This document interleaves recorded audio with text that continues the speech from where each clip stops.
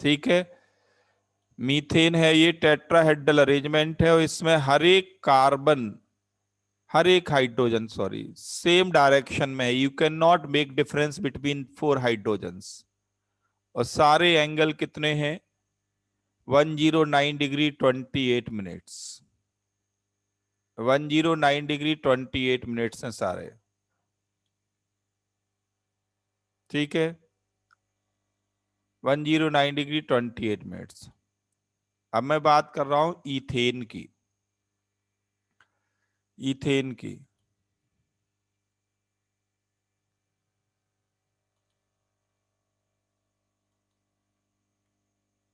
ये है ईथेन। और ईथेन का जो ये प्रोजेक्शन बना हुआ है, इस प्रोजेक्शन का नाम है, इस तरह से रिप्रेजेंटेशन का नाम है साहॉर्स प्रोजेक्शन। ये एंगल पे बना हुआ है, साहॉर्स प्रोजेक्शन कहते हैं इसको। अभी बनाएंगे पेन पेपर लेकर भी, ध्यान देना। सीसी बॉन्ड स्लैंट है, सीसी बॉन्ड स्लैंट है। और ये हाइड्रोजन और ये हाइड्रोजन अपोजिट है, ये वर्टिकली अप है, ये वर्टिकली डाउन है। ये हाइड्रोजन और ये हाइड्रोजन अपोजिट है। और ये हाइड्रोजन और ये फ्रंट में जो हाइड्रोजन है वो अपोजिट है। तो इस तरह से रिप्रेजेंटेशन का नाम है, इस रिप्रेजेंटेशन का नाम है सा हॉर्स प्रोजेक्शन, सा हॉर्स। एनसीईआरटी ओपन कर लें, हाइड्रोकार्बन चैप्टर देखें, उसमें बना हुआ है, ध्यान से देखो, जल्दी करो ओपन। सा हॉर्स प्रोजेक्शन कहते हैं इसको। एनसीईआरटी हाइड्रोकार्बन चैप्टर ओपन करें, उसमें एक हेडिंग होगी कन्फॉर्मेशनल आइसोमेरिज्म।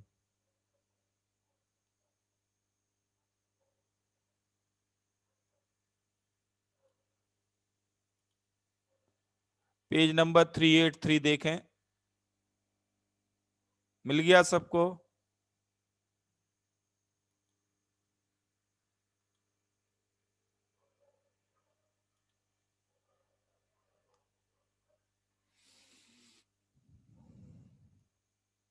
अरे जल्दी करो, देर मत करो। जब आपको मालूम है कि हम एनसीईआरटी यूज करते हैं तो एनसीईआरटी लेकर बैठा करो।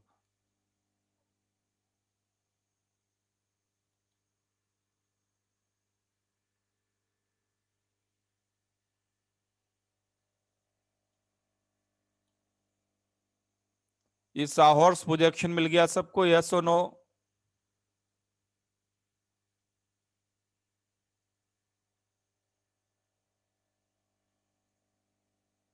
साहॉर्स प्रोजेक्शन ध्यान दें, सीसी बॉन्ड स्लैंट होगा। और अब एक कार्बन की हाइड्रोजन देखें और दूसरे कार्बन की देखें तो अपोजिट दिखाई पड़ेंगी। इसके अपोजिट ये हाइड्रोजन, इसके अपोजिट ये हाइड्रोजन, इसके अपोजिट ये हाइड्रोजन। ये है साहॉर्स प्रोजेक्शन। ठीक है, अब देखो ध्यान से, सीसी बॉन्ड की लाइन में अगर खड़े हो जाएं, एक कार्बन के पीछे दूसरा कार्बन कर दें, एक कार्बन के पीछे दूसरा कार्बन कर दें, तो इसका नाम है न्यूमैन प्रोजेक्शन। इसे कहते हैं न्यूमैन प्रोजेक्शन। देखो उसके नीचे बना होगा न्यूमैन प्रोजेक्शन, उसी के नीचे बिल्कुल ऐसे ही बना होगा, एक कार्बन के पीछे दूसरा कार्बन।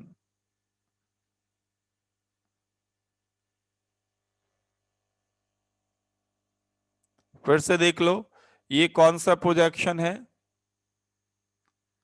साहॉर्स प्रोजेक्शन। और अगर मैं एक कार्बन के पीछे दूसरा कार्बन ले आऊं तो ये कौन सा प्रोजेक्शन है? ये प्रोजेक्शन है न्यूमैन प्रोजेक्शन। एक कार्बन दिखाई पड़ेगा, बैक में कार्बन नहीं होगा। आप इसको मॉलिक्यूल को देखें सीसी बॉन्ड लाइन के अलोंग। आप जो देख रहे हैं फ्रंट में बैठे हैं स्क्रीन के, आप किसके अलोंग देख रहे हैं? Along the CC bond. तो ये बन गया न्यूमैन प्रोजेक्शन। समझ में आ गया सबको? इस कन्फॉर्मेशनल आइसोमर्स का नाम है, इस कन्फॉर्मेशनल आइसोमर का नाम है स्टैगर्ड कन्फॉर्मेशन, स्टैगर्ड। ठीक है, अभी नाम लिखेंगे, पहले उसमें पढ़ते जाएं, एनसीईआरटी में मिल जाएगा। Staggered conformation. ठीक है, अब देखो ध्यान से। अब मैं क्या कर रहा हूं, अकॉर्डिंग टू डेफिनेशन, डेफिनेशन पढ़ें जो लास्ट क्लास में लिखी थी। आपको क्या करना है, मॉलिक्यूल को रोटेट करना है सिंगल बॉन्ड के अबाउट, और इन हाइड्रोजन्स की रिलेटिव पोजीशन बदलनी है, इन हाइड्रोजन की स्पेस में अरेंजमेंट बदलनी है। तो जो भी आइसोमर्स बनते जाएंगे वो कहलाएंगे कन्फॉर्मेशनल आइसोमर्स। ध्यान दें, ये आइसोमर मैंने लिया है, इसमें अगर आप देखेंगे तो ये हाइड्रोजन और ये हाइड्रोजन फारदेस्ट है, फारदेस्ट। अब देखो, एक को मैं रोटेट कर रहा हूं, एक को फिक्स करके, ध्यान देना, अंदर वाले को मैं रोटेट कर रहा हूं, थोड़ा सा भी रोटेट कर दें तो रिलेटिव पोजीशन बदल गई कि नहीं? जितना चाहे, चाहे क्लॉकवाइज एंटी क्लॉकवाइज रूल नहीं है, क्लॉकवाइज ले लो चाहे एंटी क्लॉकवाइज, थोड़ा सा भी रोटेशन दें एक को फिक्स करके दूसरे को, तो कितनी रिलेटिव पोजीशन बना सकते हैं बताओ आप?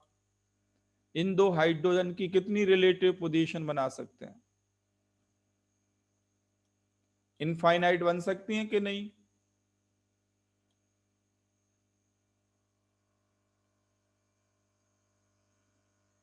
तो इनफाइनाइट रिलेटिव पोजीशन बन सकती हैं। तो ईथेन के कितने कन्फॉर्मेशंस पॉसिबल हैं? इनफाइनाइट।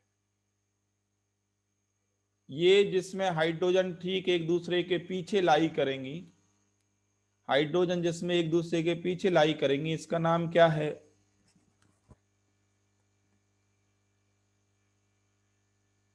इसका नाम है एक्लिप्स्ड कन्फॉर्मेशन।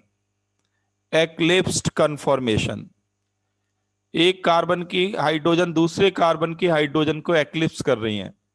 जब आप मॉलिक्यूल को देखते हैं अलोंग सीसी बॉन्ड, मिल गया एनसीईआरटी में आपको एक्लिप्स्ड कन्फॉर्मेशन।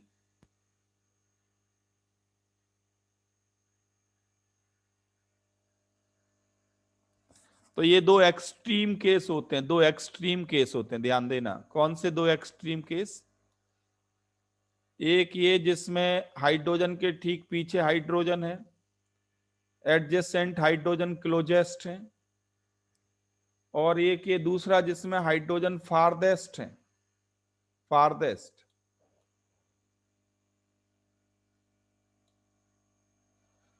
जिसमें हाइड्रोजन फारदेस्ट है, ये इसका नाम है स्टैगर्ड कन्फॉर्मेशन। ये दो एक्सट्रीम केस हैं, हाइड्रोजन फारदेस्ट है इसमें, और इसमें हाइड्रोजन क्लोजेस्ट है।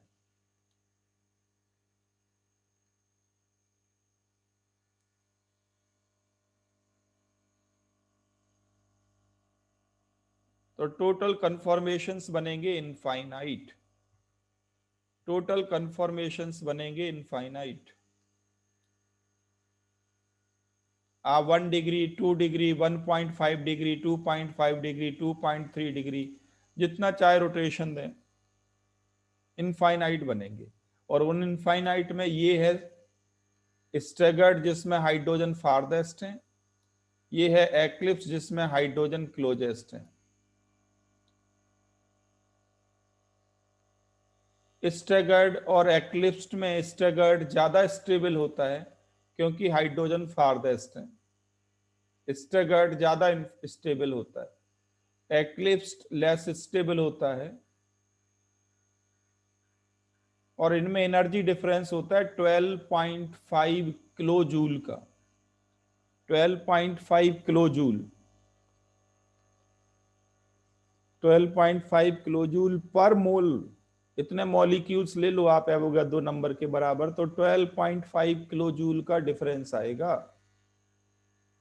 और अगर एक मॉलिक्यूल के लिए निकाले ना, तो ये वैल्यू तो बहुत कम हो जाएगी, extremely small for one molecule. इसलिए कार्बन कार्बन बॉन्ड के अबाउट रोटेशन को हम कहते हैं free rotation. Energy barrier negligible है तो रोटेशन कहलाते हैं free rotation. Negligible energy barrier है तो रोटेशन को कहते हैं फ्री रोटेशन।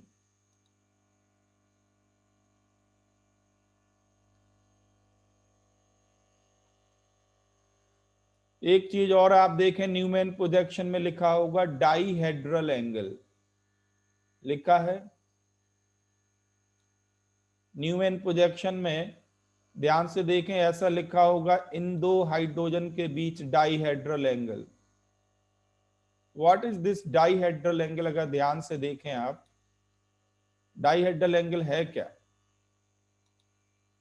तो रियलिटी में इन तीन कार्बन को लेके एक प्लेन बनाना। देखो मैंने प्लेन बना दिया, और इस हाइड्रोजन को लेके एक और प्लेन बनाना। ये जो दो प्लेन के बीच एंगल है इसका नाम है डाइहेड्रल एंगल। इस प्लेन, इसका नाम है डाइहेड्रल एंगल। और जब आप रोटेशन देते हैं तो ये डाइहेड्रल एंगल चेंज होता है।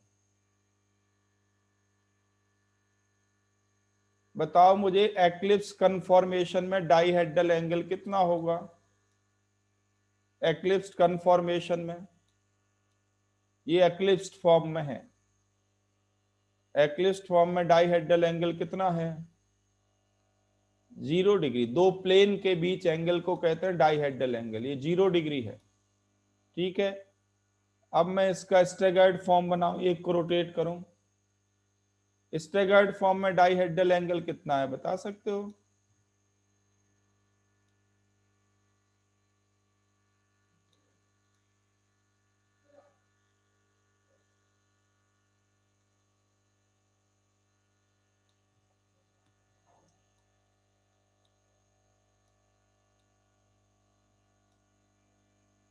ये एक्लिप्स्ड है 0 डिग्री, ये हो गया कितना स्टैगर्ड में?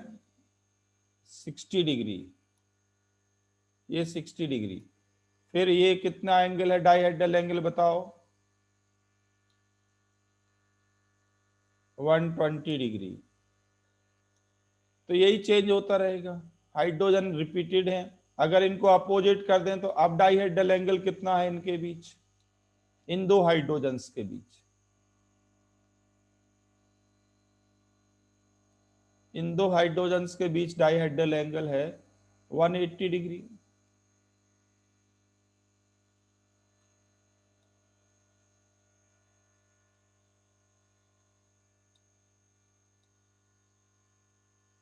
तो ये तो बात हुई इथेन की, इथेन की।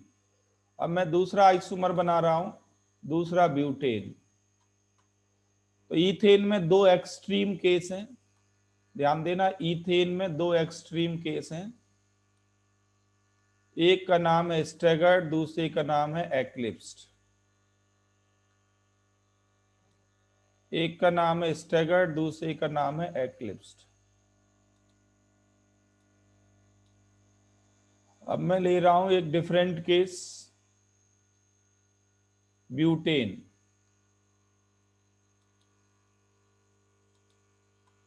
मैं ब्यूटेन ले रहा हूं, ध्यान देना, ये मैंने ब्यूटेन बना दिया। ये जो ग्रीन कलर से ग्रुप बना हुआ है, सोचो ये मिथाइल ग्रुप है। तो ये हो गया CH3 CH2 CH2 CH3, ये हो गया ब्यूटेन। और ये कौन सा कन्फॉर्मेशन है, स्टैगर्ड या एक्लिप्स्ड? ये तो साहॉर्स प्रोजेक्शन है, प्रोजेक्शन का नाम है साहॉर्स प्रोजेक्शन, बिल्कुल ठीक है, प्रोजेक्शन का नाम है। कुशल बेटा, थोड़ा ध्यान से सुना करो चीजों को। मैंने पूछा इस कन्फॉर्मेशन का नाम क्या है, तो इसको कहते हैं स्टैगर्ड कन्फॉर्मेशन।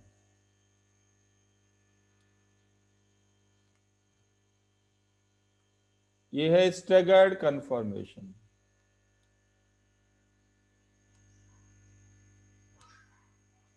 ठीक है। स्टैगर्ड तो ये भी है, तो कितने स्टैगर्ड बने ब्यूटेन में? ब्यूटेन में कितने स्टैगर्ड बने अगर हम कार्बन नंबर 2 और 3 के अबाउट रोटेट करें तो?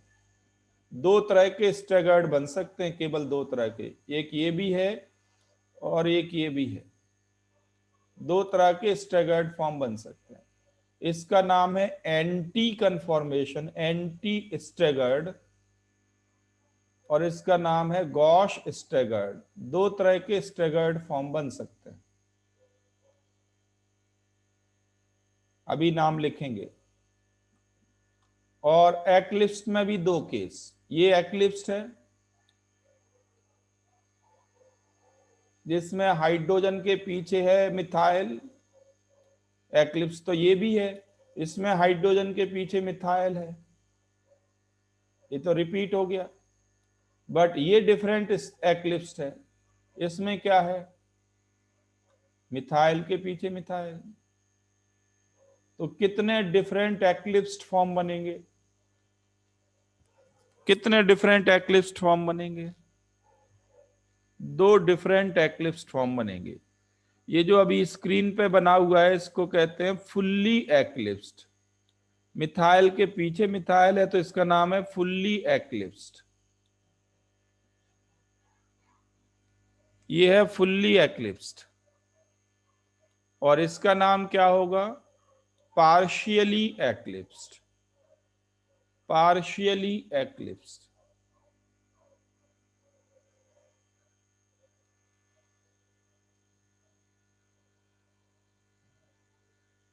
अब मुझे बताओ, dihedral angle between the methyl group, between the methyl group fully eclipsed में क्या होगा बताओ?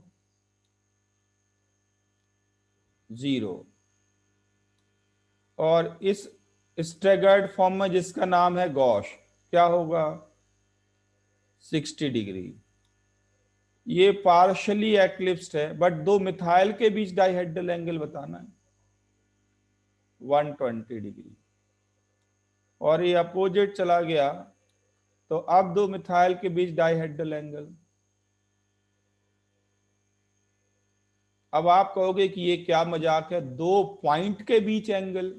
दो पॉइंट के बीच एंगल तो नहीं होता, एंगल तो दो लाइन में बनता है, या एंगल दो प्लेन में बनता है। दो पॉइंट में एंगल कहां से आ गया? तो रियलिटी में ये दो पॉइंट में एंगल नहीं है बेटा, एक एंगल है दो प्लेन में। एक ये मिथाइल कार्बन कार्बन, इनको लेके एक प्लेन बनाएंगे,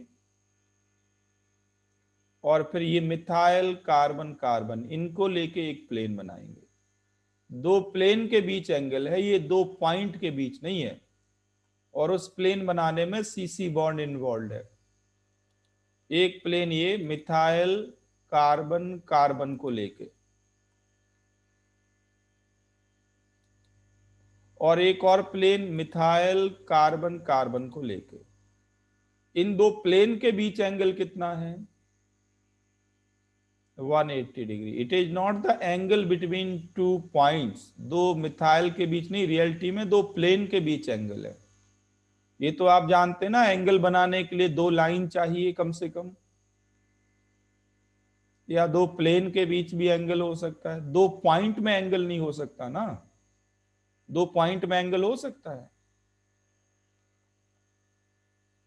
अब इसका नाम डाइहेड्रल एंगल क्यों पड़ा? तो डाई का मतलब होता है टू, और हेड्रल का मतलब होता है प्लेन। तो दो प्लेन के बीच एंगल का क्या नाम है? Dihedral angle. दो प्लेन के बीच एंगल का नाम है डाइहेड्रल एंगल।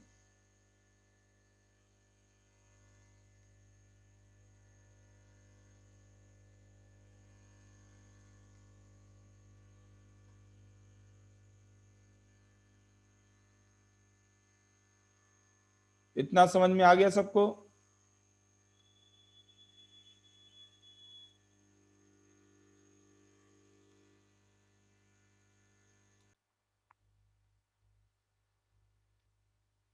ठीक है। तो अब जो कुछ आपने अभी देखा है उसको फिगर में बनाना है, तो अल्टीमेटली तो आपको पेन पेपर यूज करके ही विजुलाइज करना आना चाहिए। Conformational isomerism.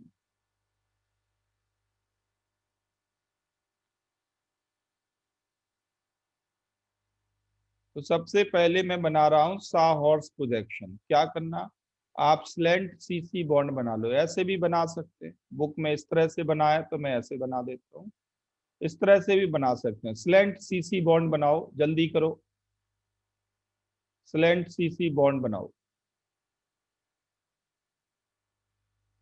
एक कार्बन पे हाइड्रोजन वर्टिकली डाउन, दूसरे पे वर्टिकली अप।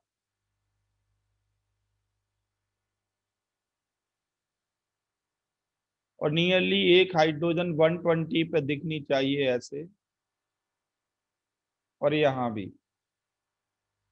ठीक इसके अपोजिट।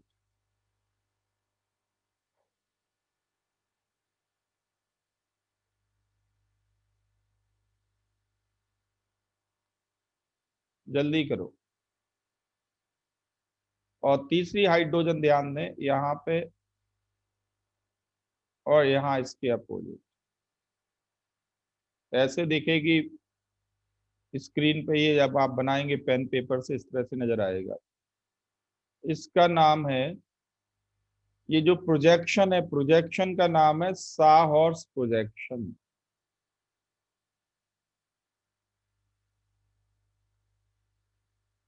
इस रिप्रेजेंटेशन का नाम है साहॉर्स प्रोजेक्शन, और इस कन्फॉर्मेशन का नाम है staggered conformation. Staggered conformation.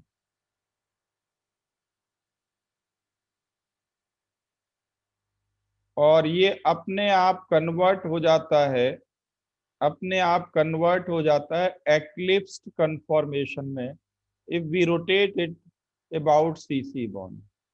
CC bond के अबाउट रोटेशन ऑलमोस्ट फ्री है, ऑलमोस्ट फ्री। मैं कह रहा हूं ऑलमोस्ट फ्री, ध्यान देना। हाइड्रोजन के ठीक अपोजिट हाइड्रोजन आएंगी, हाइड्रोजन के ठीक अपोजिट हाइड्रोजन, तो ठीक एक्लिप्सिंग, एक्लिप्सिंग।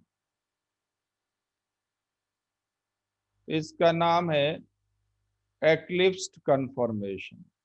यहाँ फुल्ली एक्लिप्स वर्ड यूज नहीं करेंगे,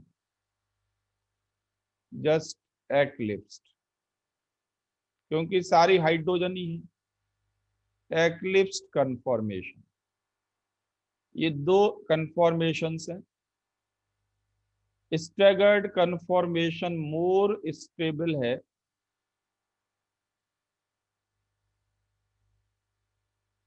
क्योंकि इसमें, लिख लो जल्दी जल्दी, इसमें लेस टॉर्शनल स्ट्रेन है, less torsional strain.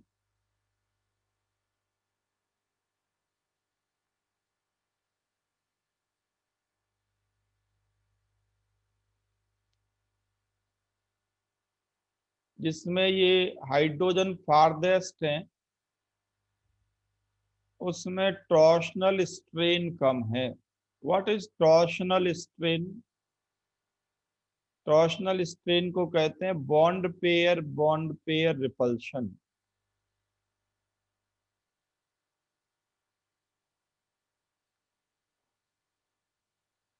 Bond pair repulsion कहलाता है टॉर्शनल स्ट्रेन।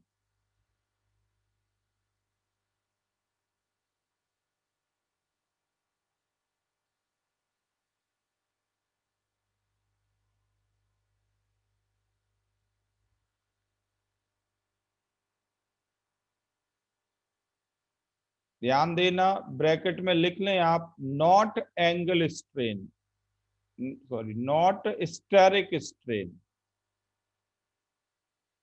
स्टेरिक स्ट्रेन तो अलग चीज होती है। स्टेरिक स्ट्रेन मतलब दो हाइड्रोजन भिड़ जाएं तो उसे स्टेरिक स्ट्रेन कहते हैं। पर यहाँ हाइड्रोजन भिड़ती नहीं है, सफिशिएंट स्पेस है इन हाइड्रोजन के बीच भी और एडजेसेंट कार्बन की हाइड्रोजन्स के बीच भी। तो स्टेरिक हिंड्रेंस इथेन में नहीं होता, इथेन में होता है बॉन्ड पेयर रिपल्शन। मतलब क्या, ये जो बॉन्ड पेयर है उसको इस बॉन्ड पेयर से कंपेयर करना, क्योंकि फ्री रोटेशन में यही रिपल्शन चेंज होता है। फ्री रोटेशन में एक कार्बन के दो सी एच में कोई चेंज नहीं आता।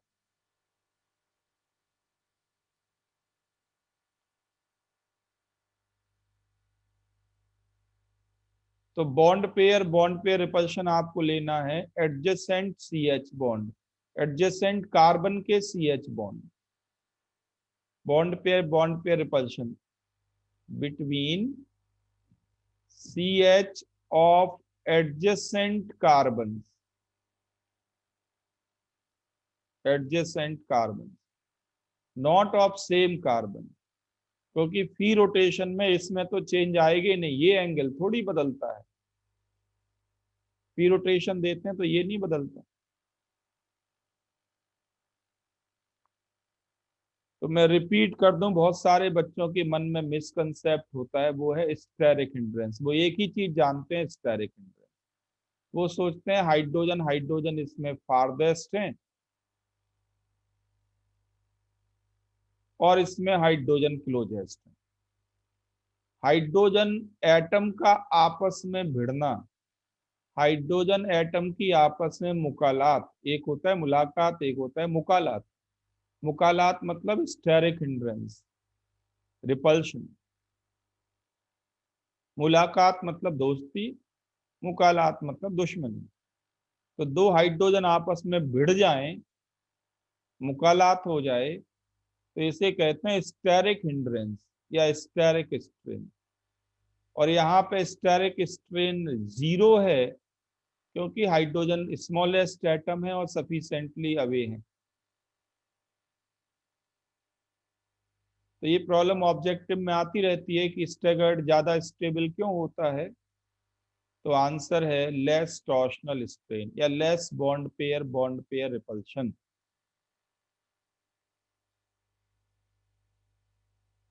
तो ये रिप्रेजेंटेशन कहलाता है साहॉर्स।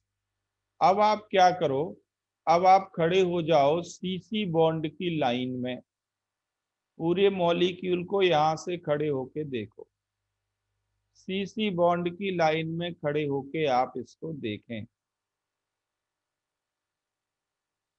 तो जो नया प्रोजेक्शन बनेगा वो कहलाएगा न्यूमैन प्रोजेक्शन।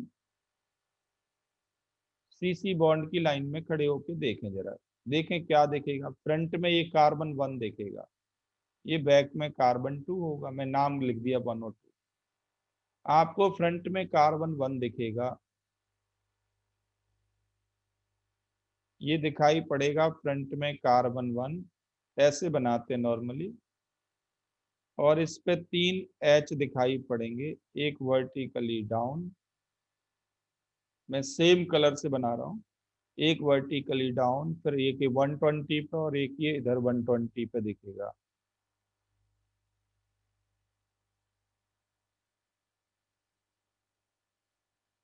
आप सीसी बॉन्ड की लाइन में खड़े होके देखें तो फ्रंट कार्बन पे इस तरह से दिखेगा, फ्रंट कार्बन पे कार्बन 1।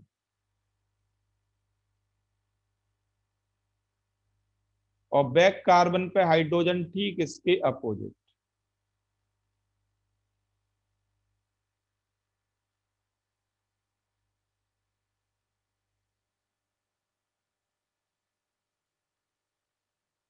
बैक कार्बन पे कार्बन 2 पे। तो ये है स्टैगर्ड कन्फॉर्मेशन। इस प्रेजेंटेशन का नाम है Newman projection. CC bond line के लॉन्ग आप खड़े होके देखें।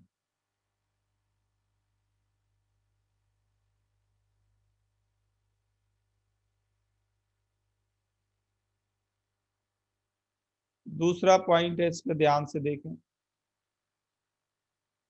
स्टैगर्ड की जगह मैं बना रहा हूं अब एक्लिप्स।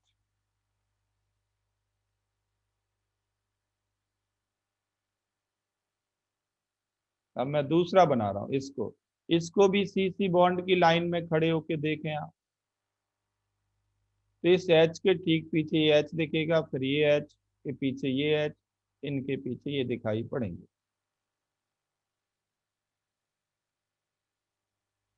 एनिमेशंस में आपको दिखा चुका हूं, लगता नहीं दोबारा जरूरत है। ये तो फ्रंट कार्बन हो गया, तो इसके ठीक पीछे अंदर वाले कार्बन का एच।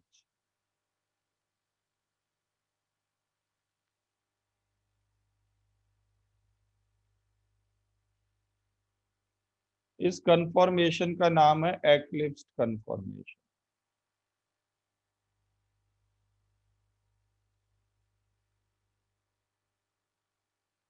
कितने रोटेशन के बाद ये बना होगा अगर मैं इन दोनों में देखूं तो? वैसे तो ये 60 डिग्री रोटेशन पे ही बन जाएगा, क्योंकि हाइड्रोजन एडजेसेंट है, लाइक ही है, पर मैंने कलर के अकॉर्डिंग दिखाया, तो कलर के अकॉर्डिंग तो हमने इसमें रोटेशन दिया 180 डिग्री। जस्ट अगर ये पूछा जाए कि स्टैगर्ड को एक्लिप्स में कन्वर्ट करना है तो कितना रोटेट करना पड़ेगा? By 60 degree. और ध्यान देना, स्टैगर्ड और एक्लिप्स में एनर्जी डिफरेंस है। अगर इसकी एनर्जी है, इसकी स्टैंडर्ड एनर्जी या कहें एंथैल्पी ऑफ फॉर्मेशन, इसकी इसकी है x किलो जूल पर मोल, तो इसकी कितनी हो जाएगी standard enthalpy of formation? x में ऐड कर दो 12.5, x प्लस 12.5 किलो जूल पर मोल। जिसके पास ज्यादा एनर्जी होती है वो लेस स्टेबल होता है।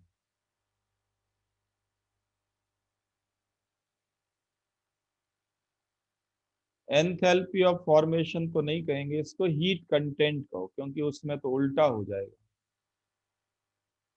ये है एनर्जी, सारी काइनेटिक एनर्जी ऐड करें, थर्मल एनर्जी ऐड करें, वो है ये।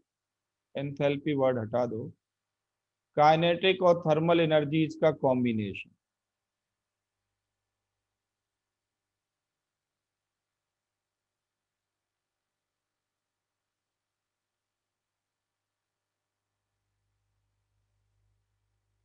तो जिसमें ज्यादा एनर्जी होती है वो लेस स्टेबल होता है। अब आप बताओ खुद, अगर टेम्परेचर बढ़ाएं तो क्या होगा? टेम्परेचर इंक्रीज करें तो किसका फ्रैक्शन बढ़ेगा? किसका फ्रैक्शन बढ़ेगा? तो टेम्परेचर इंक्रीज करेंगे तो मोर स्टेबल का फ्रैक्शन बढ़ता है, मतलब स्टैगर्ड का फ्रैक्शन बढ़ेगा।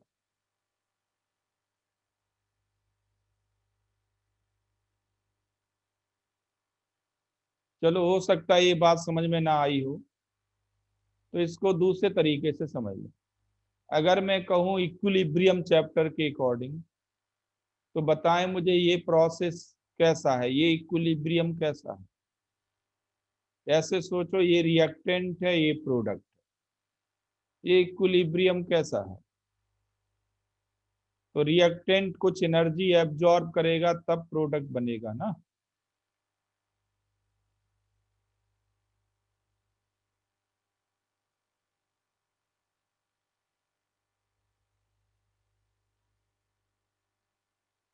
रिएक्टेंट कुछ एनर्जी एब्जॉर्ब करेगा तब प्रोडक्ट बनेगा।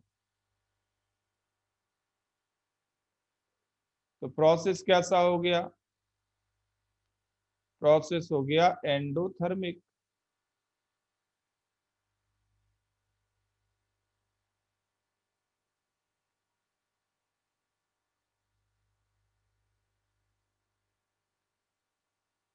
इससे गलत रिजल्ट आएगा, ये तो एंथैल्पी के अकॉर्डिंग रिजल्ट देगा एक्चुअली, ये एंथैल्पी के अकॉर्डिंग रिजल्ट देगा। एंथैल्पी स्टैगर्ड फॉर्म की ज्यादा नेगेटिव होती है, इससे तो आंसर अपोजिट आएगा। एंथैल्पी के अकॉर्डिंग देगा, ये एंथैल्पी तो है नहीं ना, ये दिस इज नॉट एंथैल्पी।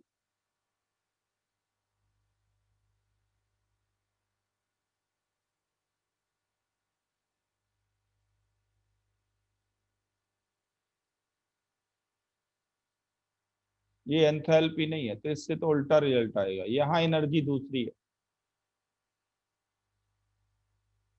ये है total heat content, not enthalpy, standard enthalpy of formation. फिर भी अगर एंथैल्पी ऑफ फॉर्मेशन से देखना हो तो स्टैगर्ड की एंथैल्पी ऑफ फॉर्मेशन और एक्लिप्स की किसी एक की जीरो माननी पड़ेगी, किसी एक की जीरो माननी पड़ेगी। Standard form normally more stable को मानते हैं। तो लीव दैट, थर्मोडायनेमिक्स इतना आता नहीं है, इतना नहीं आता। तो काम की चीज ये है कि टेम्परेचर बढ़ेगा तो मोर स्टेबल का कंटेंट बढ़ता है, आप ऐसे याद रख सकते हैं। हाई टेम्परेचर पे मोर स्टेबल मिलता है आपको ज्यादा। नेक्स्ट लिखो डाईहेड्रल एंगल, जल्दी लिखो, इस टॉपिक में फिर एक एक क्लास चली जाती है पूरी। डाईहेड्रल एंगल, या इसको कहते हैं एंगल ऑफ टॉर्शन, एक और नाम है इसका, एंगल ऑफ टॉर्शन। डाईहेड्रल में डाई का मतलब होता है टू, और हेड्रल का मतलब होता है प्लेन। तो डाईहेड्रल एंगल की डेफिनेशन होगी angle between two plane, angle between two planes is known as dihedral angle. कौन से दो प्लेन, अब मैं उनको बनाने जा रहा हूं, ध्यान दो, बिल्कुल आसान। जैसे मेरे पास ये है CC bond, CC bond, fast करो।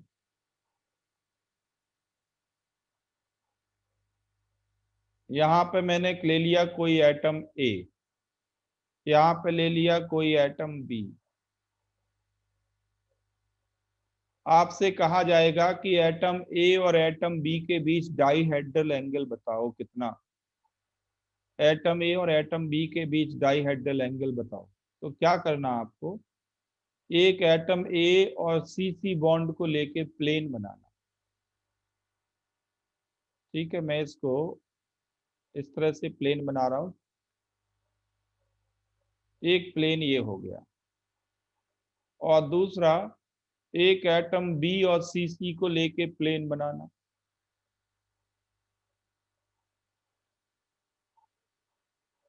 इन दो प्लेन्स के बीच के एंगल को क्या कहते हैं, dihedral angle. This is dihedral angle.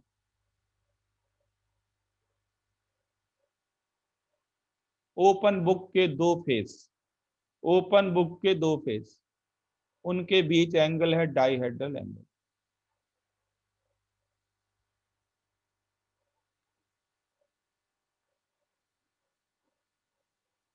अब आप खुद सोचो, अगर ए बी को एक्लिप्स करे, बी को यहां ले आए, तो डाईहेड्रल एंगल कितना होगा।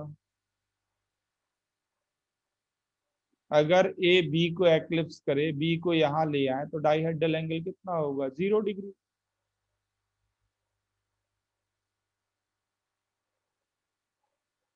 विजुलाइज हो रहा है आप सबको।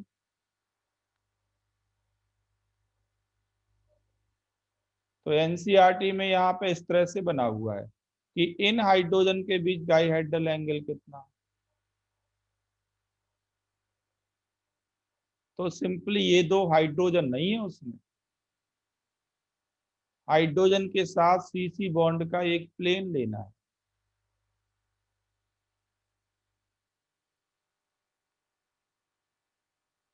समझ में आ गया सबको। अब ये सब एनसीईआरटी में एक्सप्लेन नहीं करते वो, दिक्कत यहाँ पे है, वो एक्सप्लेन नहीं करते इसको, बस लिख देते हैं 60 डिग्री। अब आप सोचते रहो कि कौन से एंगल की बात हो रही है।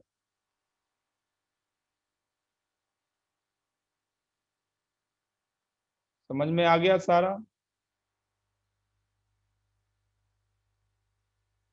देखो, इससे सिंप्लीफाइड तरीका मुझे लगता नहीं, आपको समझ में आ गया होगा। तो डाईहेड्रल एंगल स्टैगर्ड फॉर्म में कितना होगा, स्टैगर्ड फॉर्म के लिए थीटा की वैल्यू आप लेंगे 60 डिग्री। एडजेसेंट में बताया जाता है एंगल हमेशा, कुछ ना कहें तो एडजेसेंट। और एक्लिप्स में डाइहेड्रल एंगल कितना, इथेन के एक्लिप्स में 0 डिग्री। अब जल्दी से इसका एनर्जी प्रोफाइल बना लो, फिर ब्यूटेन पे आएंगे। एनर्जी प्रोफाइल बनाओ।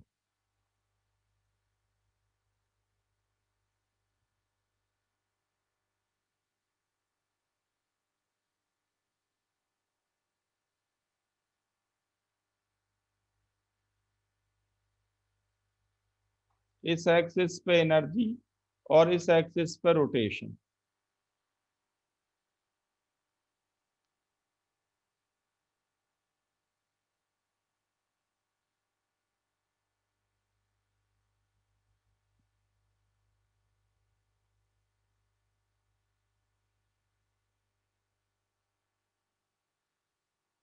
अब क्या करना है आपको, ध्यान दो, फास्ट करो।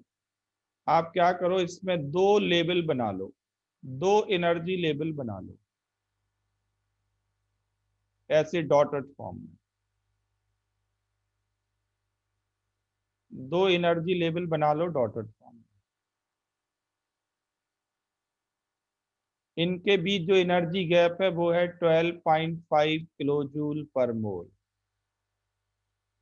ऊपर वाला लेवल किसका होगा, एक्लिप्स का है, स्टैगर्ड का।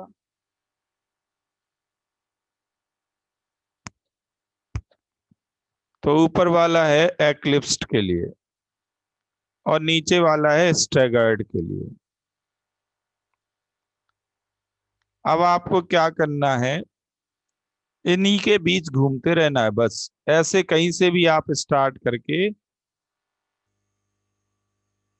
कहीं से भी स्टार्ट करो, बस ये दो एक्सट्रीम केस रहनी चाहिए।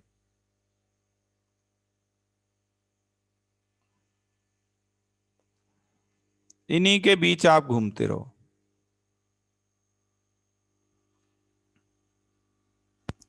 अगर मैं ये मान लूं कि ये जो वैल्यू है 0 डिग्री है, यहां से हम शुरू कर रहे हैं, ये 0 डिग्री है, तो ये कितना होगा और ये कितना होगा।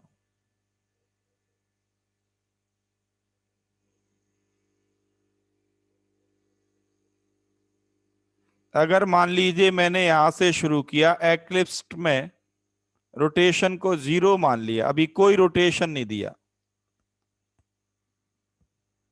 तो एक्लिप्स से स्टार्ट करें तो कितने रोटेशन के बाद स्टैगर्ड बना होगा,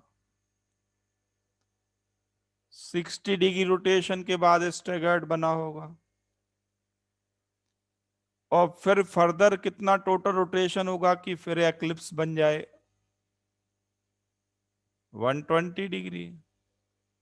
बस ऐसे ही बनाते रहो इन्हीं के, बार बार स्टैगर्ड एक्लिप्स आएगा एवरी 60 डिग्री रोटेशन पे।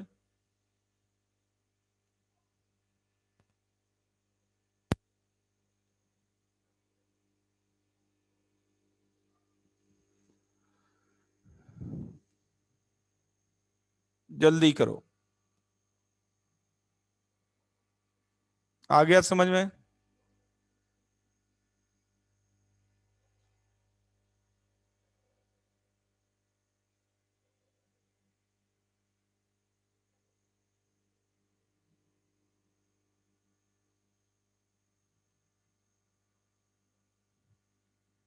ओके। अब इस पे न्यूमेरिकल प्रॉब्लम भी बन सकते हैं इक्विलिब्रियम के तरीके से। वो ये, अगर मैं आपसे कहूं कि स्टैगर्ड और एक्लिप्स्ड इक्विलिब्रियम में है, स्टैगर्ड और एक्लिप्स्ड इक्विलिब्रियम में है, और इक्विलिब्रियम मिक्सचर में एक्लिप्स्ड का फ्रैक्शन है से 25%, इक्विलिब्रियम मिक्सचर में एक्लिप्स्ड का फ्रैक्शन है 25%, तो बताओ इक्विलिब्रियम कांस्टेंट की वैल्यू क्या होगी।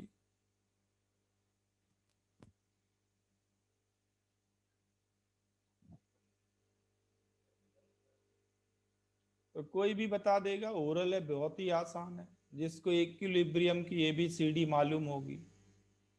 इक्विलिब्रियम होगा concentration of eclipsed by concentration of staggered, yes और नो?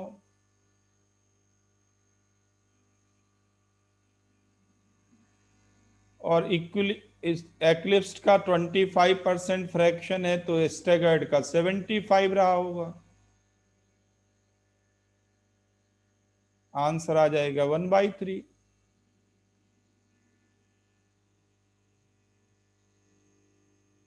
आया समझ में? बिल्कुल सिंपल है।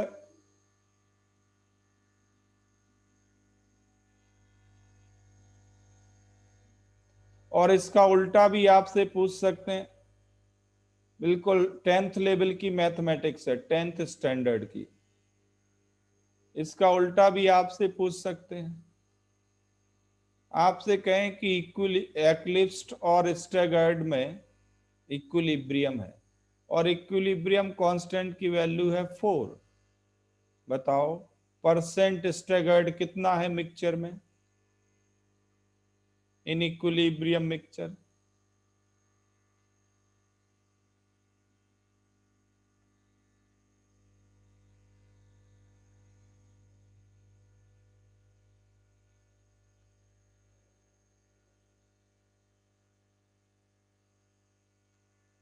ये तो बिल्कुल ओरल है, 5 सेकंड की प्रॉब्लम है।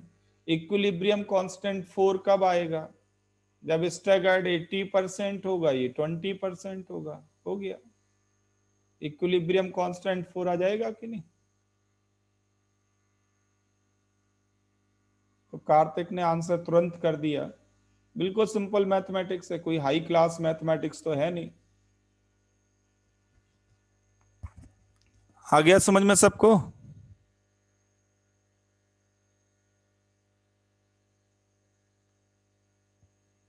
ओके, नेक्स्ट लिखो कन्फॉर्मेशन ऑफ ब्यूटेन।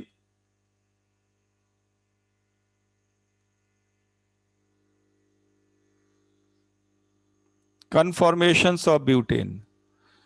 ब्यूटेन में दो तरह के एक्लिप्स्ड फॉर्म बनते हैं, दो तरह के एक्लिप्स्ड फॉर्म बनते हैं।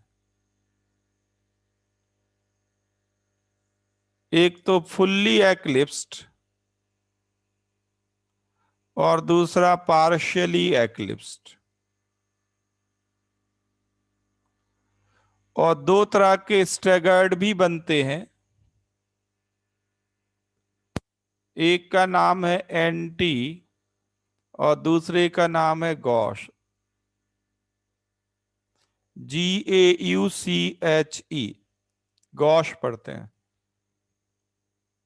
एक का नाम एंटी, दूसरे का नाम गॉश। तो ब्यूटेन में टोटल कन्फॉर्मेशंस तो इनफाइनाइट बनेंगे, ध्यान रखना। टोटल कन्फॉर्मेशंस तो इनफाइनाइट बनेंगे, जैसे इथेन में है वैसे ब्यूटेन में है, due to free rotation. Total conformations infinite बनेंगे। बट ये 4 एक्सट्रीम केसेस हैं, एक्सट्रीम, जिसमें एडजेसेंट ग्रुप क्लोजेस्ट होंगे, फारदेस्ट होंगे। ये 4 एक्सट्रीम केसेस हैं, 4 एक्सट्रीम कन्फॉर्मेशंस।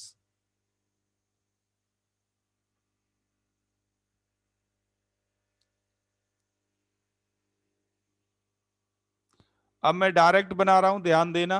न्यूमैन प्रोजेक्शन हम यूज करते हैं, तो मैं न्यूमैन ही बना रहा हूं, सीधे मैं न्यूमैन प्रोजेक्शन बना रहा हूं। ये है ब्यूटेन। मैं क्या करने जा रहा हूं, मैं आपको फिक्स कर दूं।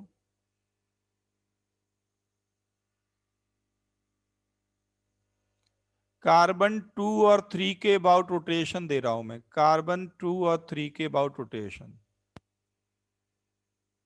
इस बॉन्ड के अबाउट रोटेशन होंगे, कार्बन 2 और 3 के अबाउट। टोटल कन्फॉर्मेशंस इनफाइनाइट बनेंगे। मैं 4 एक्सट्रीम बनाने जा रहा हूं, 4 एक्सट्रीम केसेस। यहां से शुरू करें, कोई दिक्कत नहीं। ऐसे सोचें मिथाइल मिथाइल को एक्लिप्स कर रहा है, मिथाइल मिथाइल को एक्लिप्स कर रहा है, इट इज फुल्ली एक्लिप्स्ड। अब अगर मैं इसको 60 डिग्री रोटेट कर दूं,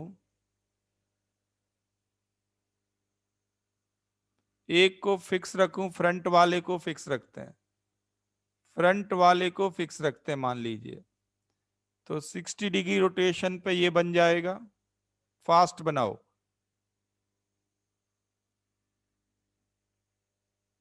इसका नाम है गॉश।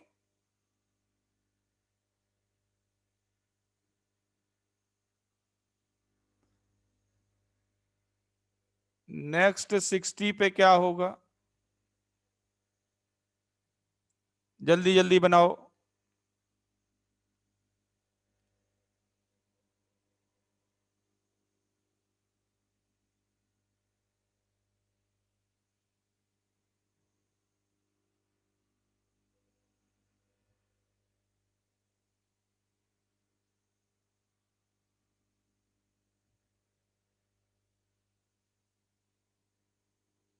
अब इसमें H मिथाइल को एक्लिप्स कर रहा है, तो इसका नाम होगा पार्शियली एक्लिप्स्ड। पार्शियली एक्लिप्स्ड। और एक और 60 डिग्री रोटेशन दें इस न्यूमैन प्रोजेक्शन में, तो इसमें मिथाइल आपको ठीक अपोजिट दिखेंगे। मिथाइल आपको ठीक अपोजिट दिखेंगे, तो H भी अपोजिट दिखेंगे। इसका नाम है anti conformation. Anti, this is anti conformation.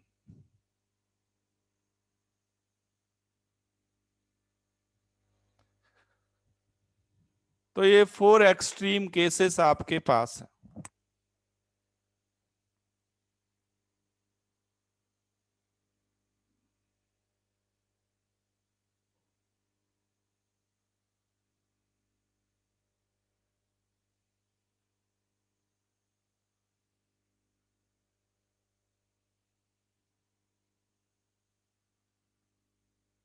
और इसमें स्टेबिलिटी ऑर्डर क्या होगा, आप समझ गए होंगे। स्टेबिलिटी ऑर्डर, स्टेबिलिटी में आप जानते हैं कि स्टेगर्ड ज्यादा स्टेबल होते हैं एक्लिप्स से, नंबर 1। तो 2 और 4 ज्यादा स्टेबल होंगे 1 और 3 से। पहला पॉइंट तो ये है, स्टेगर्ड ज्यादा स्टेबल होता है एक्लिप्स से। और इसका रीजन है, यहाँ पे 2 स्ट्रेन होंगी। टॉर्शनल स्ट्रेन एक तो, टॉर्शनल स्ट्रेन तो हर जगह होती है, बॉन्ड पेयर होंगे तो होगी ही, बट यहाँ पे स्टेरिक स्ट्रेन भी है, क्योंकि हाइड्रोजन नहीं है, अब ग्रुप मिथाइल है, CH3। तो ये दोनों स्ट्रेन कॉम्बिनेशन लेस होगा स्टेगर्ड में, मोर होगा एक्लिप्स्ड में, तो एक्लिप्स्ड लेस स्टेबल हो गया। अब 2 और 4 में कैसे कंपेयर करें, गॉश और एंटी में, तो अंडरस्टूड है। यहां मिथाइल एडजेसेंट है, यहां CH बॉन्ड पेयर मिथाइल के भी होंगे, तो स्टेरिक स्ट्रेन और टॉर्शनल स्ट्रेन दोनों गॉश में ज्यादा है, इसलिए गॉश लेस स्टेबल होगा एंटी से।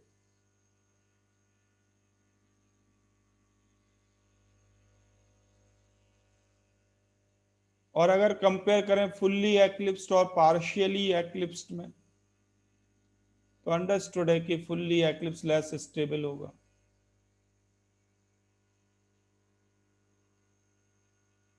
So this is the stability order.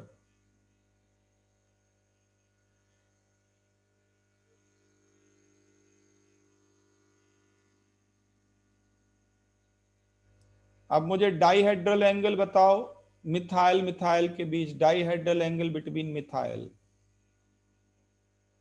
इस केस में कितना होगा, 0 डिग्री। गॉश कन्फॉर्मेशन में कितना होगा, 60 डिग्री। पार्शियली एक्लिप्स में कितना होगा बिटवीन मिथाइल, 120 डिग्री, और एंटी कन्फॉर्मेशन में कितना होगा? 180 degree.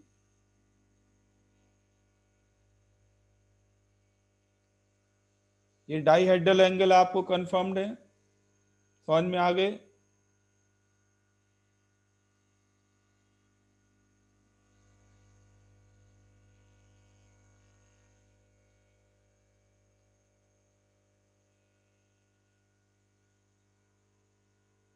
Okay, now make it's energy profile. बस लिखो एनर्जी प्रोफाइल।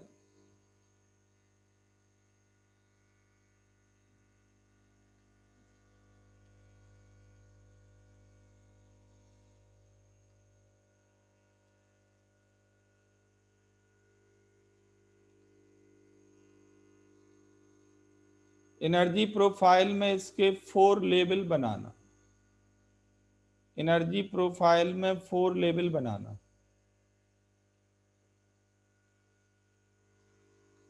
4 एक्सट्रीम केस हैं तो 4 लेवल बनाना। जल्दी जल्दी बना लो। अब एनर्जी का डिफरेंस कितना है वो याद नहीं करना आपको। एनर्जी का डिफरेंस याद नहीं करना।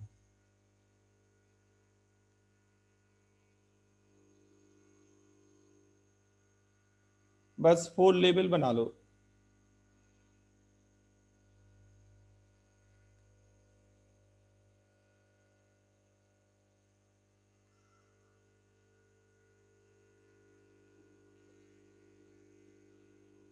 ऐसे बना दिया मैंने एक।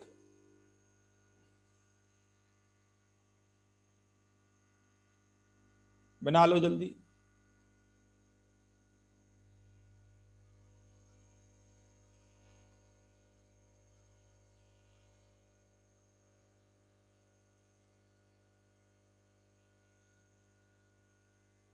वो लेवल बना लिए आपने। अब यहां देखो, जो ऑर्डर आपने लिखा ना उल्टा कर दो। जिसकी स्टेबिलिटी सबसे ज्यादा उसकी एनर्जी सबसे कम। तो 4231। तो ये हो गया 4, ये हो गया 3, ये हो गया 2, ये हो गया, नहीं, गलत कर दिया। 4231।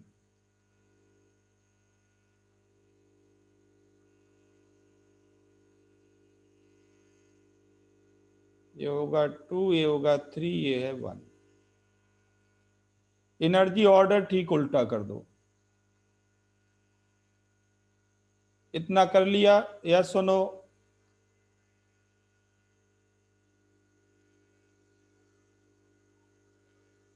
ओके, नेक्स्ट देखो।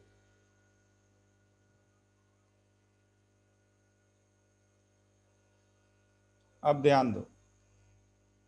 ये आपको मालूम है कि 1 के बाद 2 बनता है 60 रोटेशन पे। ध्यान देना, 1 के बाद 2, फिर 3, फिर 4। ये सीक्वेंस है सिंपल सा। इसमें भी यही करना। आप मान लें 1 पे 0 डिग्री है तो 1 के बाद आप सीधे स्टॉप लेंगे 2 पे। ध्यान देना। फिर 3 पे जाएंगे, फिर 4 पे। ऐसे जाना। 1, 2, 3, 4। आप 0 डिग्री थे 1 पे, मान लीजिए रोटेशन बिल्कुल नहीं है। तो जब आप 4 पे पहुंचे तो टोटल रोटेशन हो गया 180 डिग्री। यहाँ 60, फिर 120, फिर 180। 1, 2, 3, 4 बना लिया।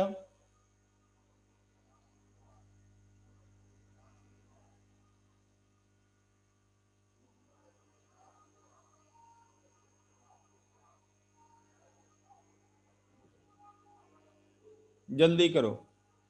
अब इसका उल्टा। अब इसका उल्टा। ये होगा 3, उल्टा 4 के बाद 3, देन 2, देन 1।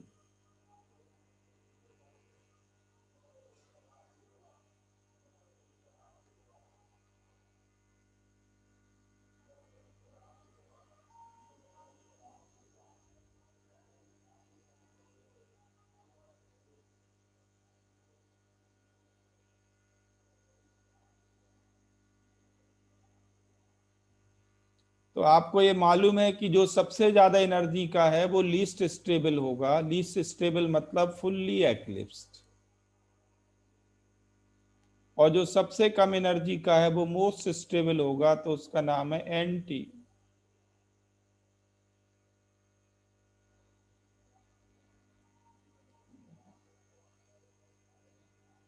तो ये हमने रोटेशन दिया अबाउट C2C3 बॉन्ड, ध्यान देना।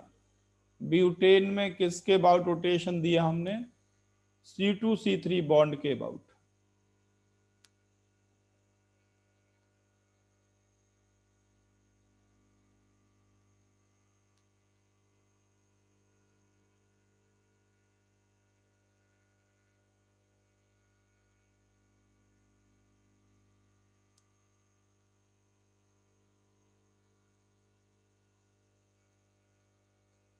जल्दी करो।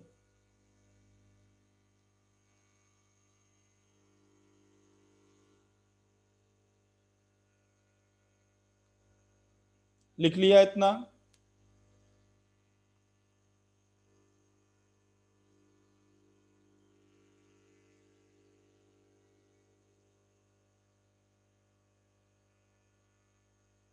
ओके, एक और कंफर्मेशन है, उसका थोड़ा आइडिया दे रहा हूं मैं, बाकी डिटेल 12th में पढ़ाएंगे। बस थोड़ा सा आइडिया मैं दे रहा हूं। तीसरा एग्जाम्पल, साइक्लोहेक्सेन। तीसरा एग्जाम्पल साइक्लोहेक्सेन। एक हमने लिया इथेन, दूसरा लिया ब्यूटेन और तीसरा साइक्लोहेक्सेन।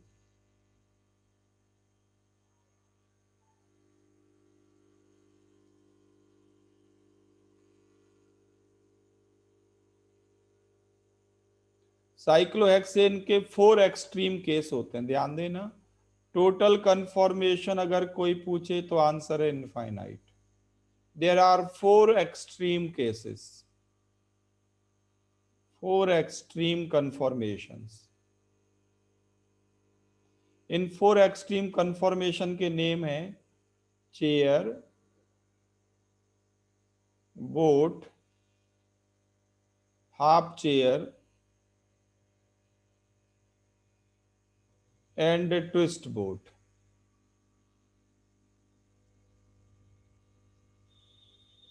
फोर एक्सट्रीम केसेस ये हैं, टोटल इनफाइनाइट बनेंगे। और इनमें जो स्टेबिलिटी ऑर्डर है, स्टेबिलिटी ऑर्डर, चेयर सबसे ज्यादा स्टेबल है, इसके बाद twist boat, then boat and then half chair. इस स्टेबिलिटी ऑर्डर में तीनों स्ट्रेन है, 3 स्ट्रेन है। टॉर्शनल स्ट्रेन तो है ही है, आप जानते हैं, bond pair repulsion. Steric strain है ही है, आप जानते हैं, एटम के बीच आपस में मुकालात, हिंदी में कहें तो धक्का मुक्की। और तीसरी स्ट्रेन है साइक्लिक मॉलिक्यूल होने की वजह से एंगल स्ट्रेन। साइक्लिक मॉलिक्यूल में एक और स्ट्रेन होती है जिसका नाम है एंगल स्ट्रेन।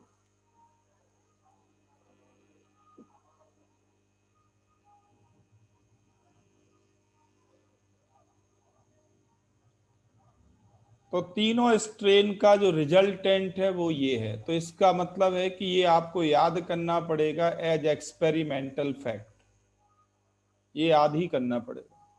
बट ये कह सकते हैं कि ये ऑर्डर बेस्ड है इन तीनों स्ट्रेन पे।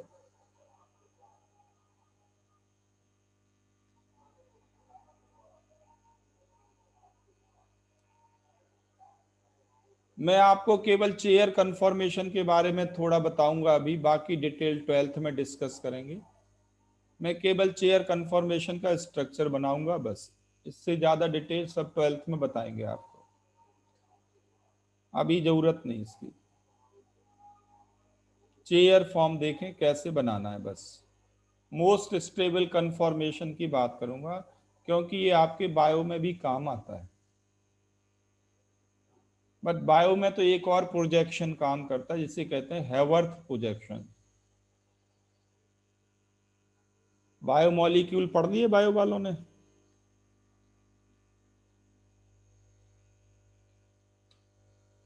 हाँ, तो हैवर्थ प्रोजेक्शन आपने बनाए होंगे। अब देखो,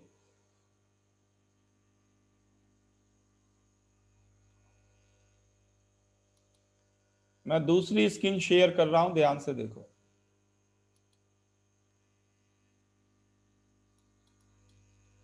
ये दूसरी स्क्रीन नजर आ रही है आपको?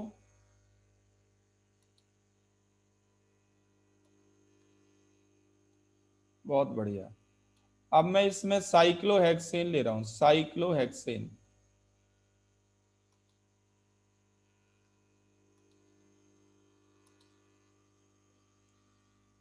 ये है साइक्लोहेक्सेन।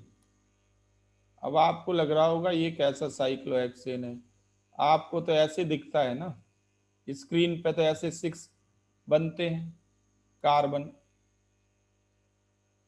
रियलिटी में ये साइक्लोहेक्सेन है चेयर फॉर्म। ये साइक्लोहेक्सेन है चेयर फॉर्म, मैं चेयर फॉर्म बना रहा हूं। क्या आपको ये चेयर नजर आ रही है?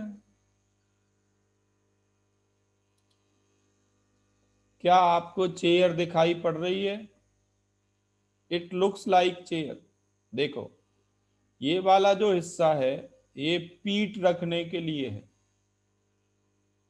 और ये सिर रखने के लिए, और ये पैर रखने के लिए। एक्चुअल में साइक्लोहेक्सेन इस तरह से एग्जिस्ट करता है।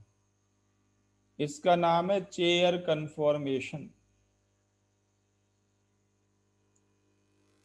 ये जो हाइड्रोजन वर्टिकली अप हैं, ये जो वर्टिकली अप हाइड्रोजन्स हैं या वर्टिकली डाउन, ऑल्टरनेट होंगी। ये अप है तो ये डाउन, फिर ये अप है तो ये डाउन। ये जो वर्टिकली अप हाइड्रोजन है 3, और 3 जो वर्टिकली डाउन है, इनको कहते हैं एक्सियल हाइड्रोजन। और ये जो रिंग के प्लेन में दिखेंगी, थोड़ा रिंग के प्लेन में, जैसे ये हाइड्रोजन है, ये हाइड्रोजन है, ये हाइड्रोजन है, ये जो रिंग के प्लेन में आएंगी थोड़ा, इनको कहते हैं इक्वेटोरियल हाइड्रोजन्स। ठीक है, देखो कैसे बनाना है, ध्यान देना। ये जो इक्वेटोरियल हाइड्रोजन है,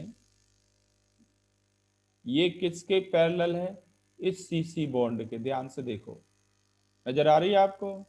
या इस वाले सीसी बॉन्ड के पैरेलल। ये जो इक्वेटोरियल हाइड्रोजन है, ये दोनों पैरेलल आपको दिख रहे हैं? यस और नो? जल्दी जल्दी करो, अभी बनाना है इसको। जरा देखो, ये जो इक्वेटोरियल हाइड्रोजन है ये किसके पैरेलल है? इस वाले सीसी बॉन्ड के। दिख रही है?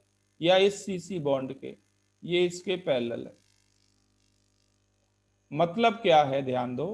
जैसे मुझे इस पे इक्वेटोरियल बॉन्ड बनाना है, तो मैं क्या करने वाला हूं, जिस कार्बन पे इक्वेटोरियल बॉन्ड बनाना हो, उस कार्बन के दोनों सीसी बॉन्ड को इग्नोर करो। नेक्स्ट सीसी देखो, नेक्स्ट, या तो ये सीसी या ये सीसी, इसके पैरेलल रिंग के बाहर की ओर जो भी डायरेक्शन होगी वो कहलाएगी इक्वेटोरियल।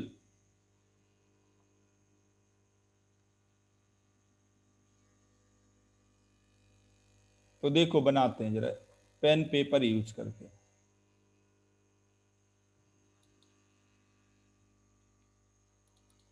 अब देखो प्रॉब्लम क्या है, ड्रॉबैक क्या है, मैं आपको बताऊं। मैं रिकॉर्डेड लेक्चर इसलिए नहीं भेजना चाहता। जब मैंने रिकॉर्डेड लेक्चर भेजना शुरू किया एक दो बच्चों की वजह से, तो कई बच्चे एब्सेंट होने लगे। कुछ बच्चे क्लास ज्वाइन करके एग्जिट कर गए। मुझे मालूम है कि आज कहीं किसी की कोई क्लास नहीं है। तो अब मैं क्या करूंगा, केवल उन्हीं दो बच्चों को लेक्चर भेजूंगा जिनकी क्लास होती थी कहीं, और भेजूंगा ही नहीं किसी को।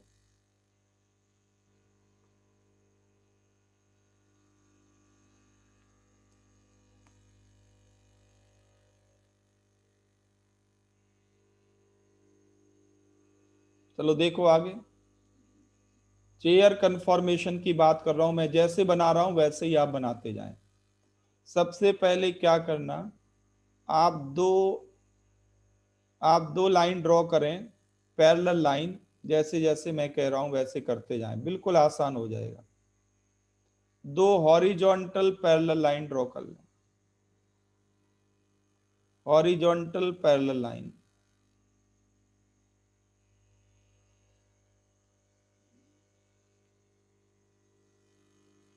जल्दी जल्दी करो। कर लिया इतना?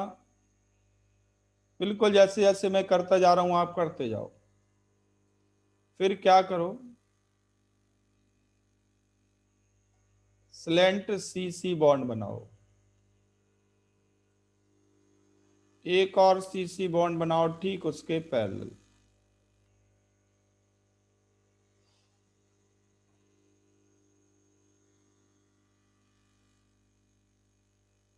जल्दी करो।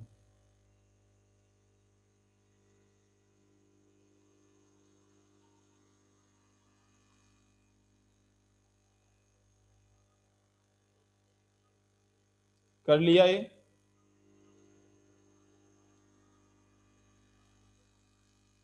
ओके, अब देखो ध्यान से, मैं एक और सी सी बॉन्ड बना रहा हूं इस तरह से। पहले देख लो, आप बाद में करना, देख लो। ये जो सी सी बॉन्ड मैंने बनाया, इससे थोड़ा आगे खत्म करना, और ठीक इसके पैरेलल इस कार्बन पे सी एच बॉन्ड जाएगा, ठीक इसके पैरेलल।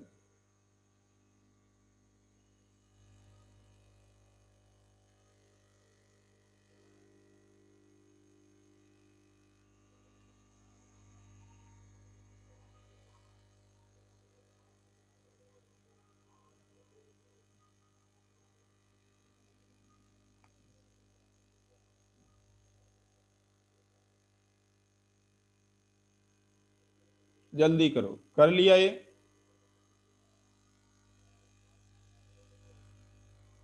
और अगला स्टेप क्या करना है आपको, इसको इससे मिला देना है। जब आप इसको इससे मिलाएंगे तो जो ये नया बॉन्ड बनेगा सी सी, ठीक इसके पैरेलल यहां पे,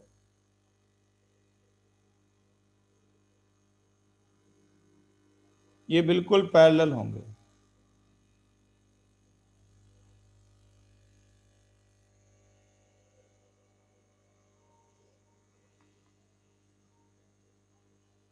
और यहीं पे नहीं, यहां भी बना सकते हैं इसके पैरेलल।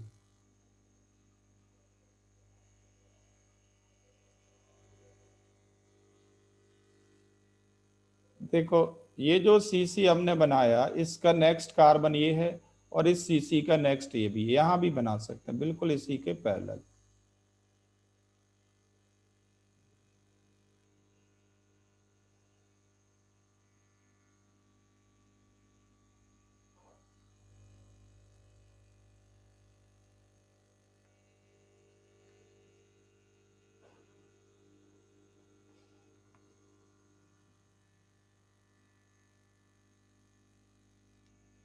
जल्दी करो। कर लिया इतना? यस और नो? ओके, अब अगला देखो ध्यान से। अब मैं क्या करने वाला हूं, ये जो बॉन्ड बनाए ना सी सी सी एच, इसके पैरेलल, बिल्कुल इसके पैरेलल, और इस कार्बन से थोड़ा आगे की ओर,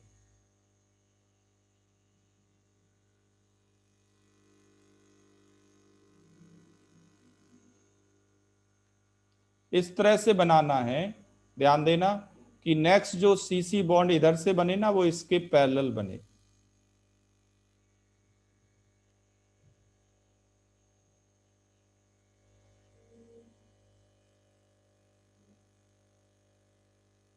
ये आपको चेयर जैसा दिख रहा है, यस और नो?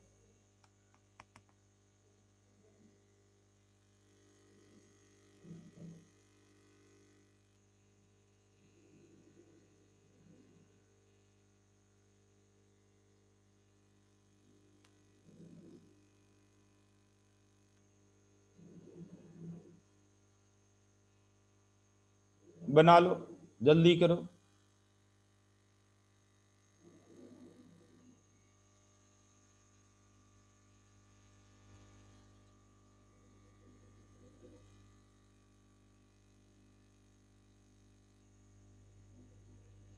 अगला देखो, इक्वेटोरियल बॉन्ड बना रहा हूं मैं इसके पैरेलल यहां पे।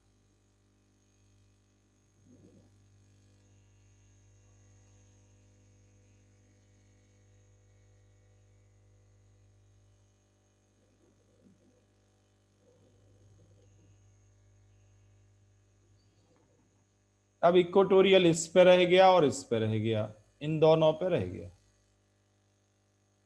तो इन दोनों पे इक्वेटोरियल कैसे जाएगा, ध्यान दो, इस कार्बन पे बनाना है ना, तो ये दोनों सीसी छोड़ दो, ये वाला सीसी देखो या ये सीसी देखो, इसके पैरेलल रिंग के बाहर की ओर,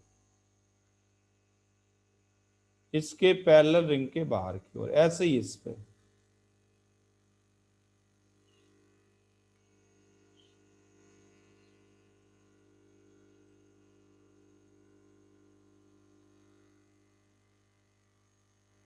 ये मैंने अभी तक 6 इक्वेटोरियल हाइड्रोजन बनाई है, इनको कहते हैं इक्वेटोरियल।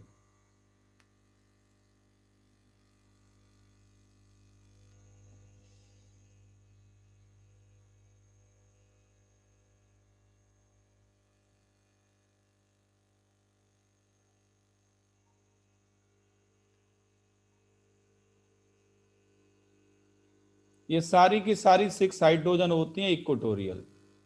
और vertically up and vertically down अगर हम ले लें, vertically up and vertically down, तो उनको कहते हैं एक्सियल हाइड्रोजन्स। ठीक है, तो वर्टिकल अप, नेक्स्ट पे vertically down, then vertical up, next पे vertically down, then vertically up, vertically down. ये मैंने alternate vertical up and down bond बना दिए। इन हाइड्रोजन्स के नाम क्या हैं?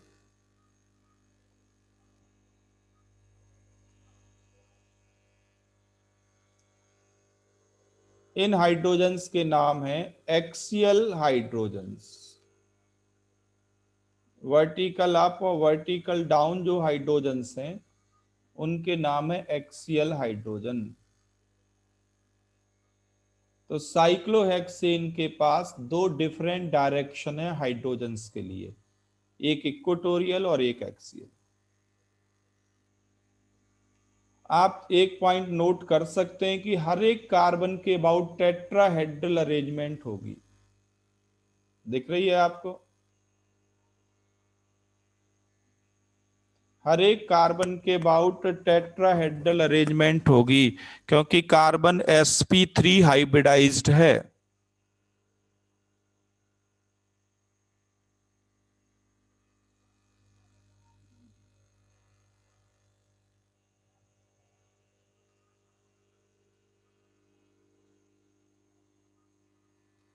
तो जेई एडवांस में बहुत आता है और मेडिकल एग्जाम में तो बच्चों के लिए काम का है ही। कैसे बच्चों के लिए काम का है? तो बायोमोलिक्यूल में जो 6 मेंबर्ड रिंग होती है ना, उनको कहते हैं furanose, sorry pyranose. Pyranose 6 membered ring को वो चेयर फॉर्म में ही एग्जिस्ट करते हैं, चेयर फॉर्म में।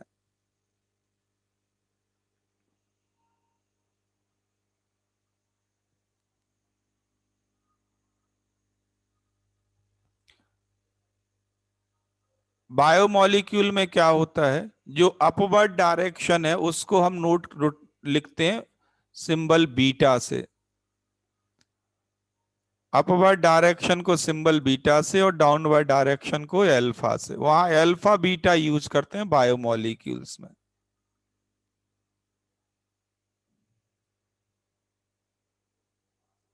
चलो वो अलग बात है, बाद में बताएंगे जब बायोमोलिक्यूल पढ़ाएंगे, बट वहां सिंबल अल्फा बीटा यूज करते हैं। तो अभी आप इसको छोड़ सकते हैं। बायो वालों को याद आ गया होगा, अल्फा बीटा उनने लिखे होंगे। चलो ठीक है, इतना समझ में आ गया।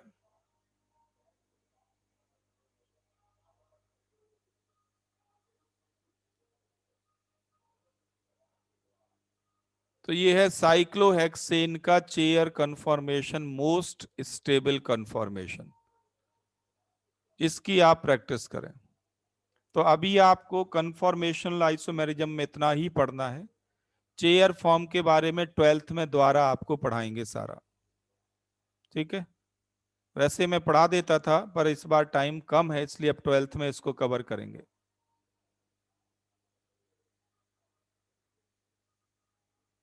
नेक्स्ट हेडिंग लिख लो जो हम नेक्स्ट लेने वाले हैं, वो है कॉन्फ़िगरेशनल आइसोमेरिज्म। उसमें ज्योमेट्रिकल आइसोमेरिज्म हम लेंगे। अब आप लोग में से कोई बच्चा कहेगा एनसीईआरटी में तो आइसोमेरिज्म नाम का चैप्टर ही नहीं है। वो सही कह रहे हैं, एनसीईआरटी में आइसोमेरिज्म नाम का चैप्टर नहीं है, बट 11th में आइसोमेरिज्म है।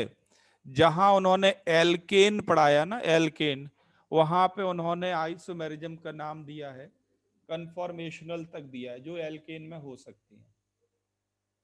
आगे एल्कीन आएगा हाइड्रोकार्बन चैप्टर में ही, आप एल्कीन देखें तो वहां पे आपको ज्योमेट्रिकल आइसोमेरिज्म मिल जाएगी। और नेक्स्ट आप 12th में पढ़ेंगे एल्काइल हैलाइड। उस चैप्टर में उन्होंने ऑप्टिकल आइसोमेरिज्म दे रखी है। तो एनसीईआरटी वालों ने आइसोमेरिज्म को सेपरेट चैप्टर या सेपरेट टॉपिक की तरह डील नहीं किया।